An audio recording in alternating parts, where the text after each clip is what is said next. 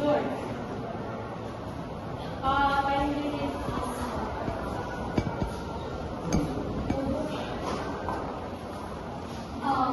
This includes to teach students to be more aware of one's other situation, understand and define the problem in a user-centered perspective, brainstorming, and generate possible solutions using their own skills.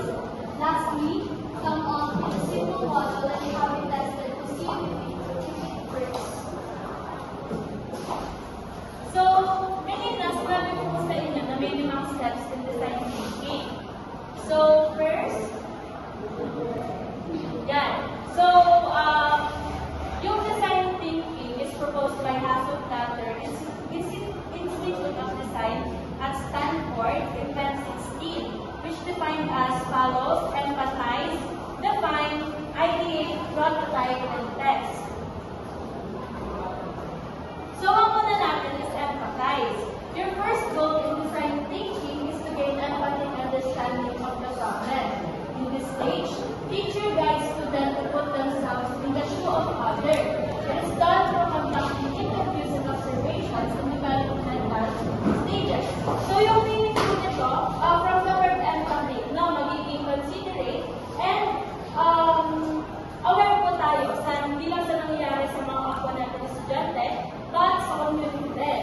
So, sa empathize, doon tayo magiging, as said earlier, na magiging aware tayo in others' situations. So, the next,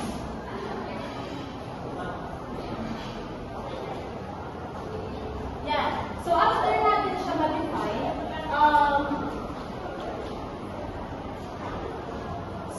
so, next stage po natin is define. So, yung define po, doon na natin tutukoyin yung problema. After natin ma-empathize, doon na natin tutukoyin yung problema. Ano ba yung pinakaharap ng community? Ano ba yung pinakaharap ng mga nasa paligid ko?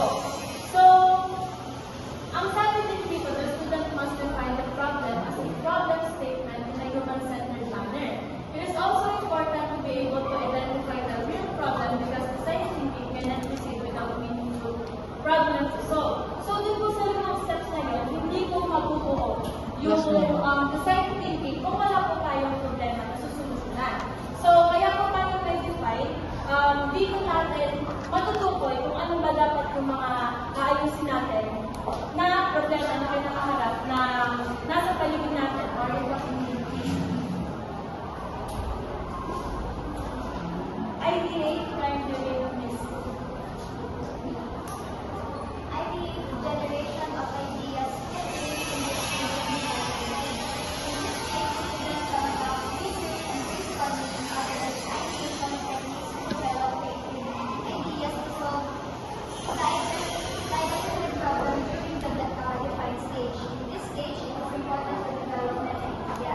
All ideas must be illustrated at the beginning, organized into mind, mass, and memory. This requires students mathematical and problem-solving skills.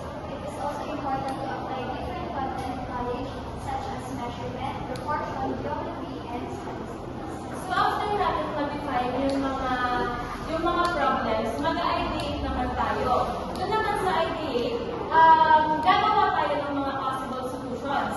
Again, solutions hindi lang po isa. Dahil, ang design thinking po, isa sa characteristic na iterative. Ano nga po ang meaning ng iterative? Ang meaning po ng iterative is doing something again and again. So, ibig sabihin, continuous cycle po na hindi po siya nagpapagod.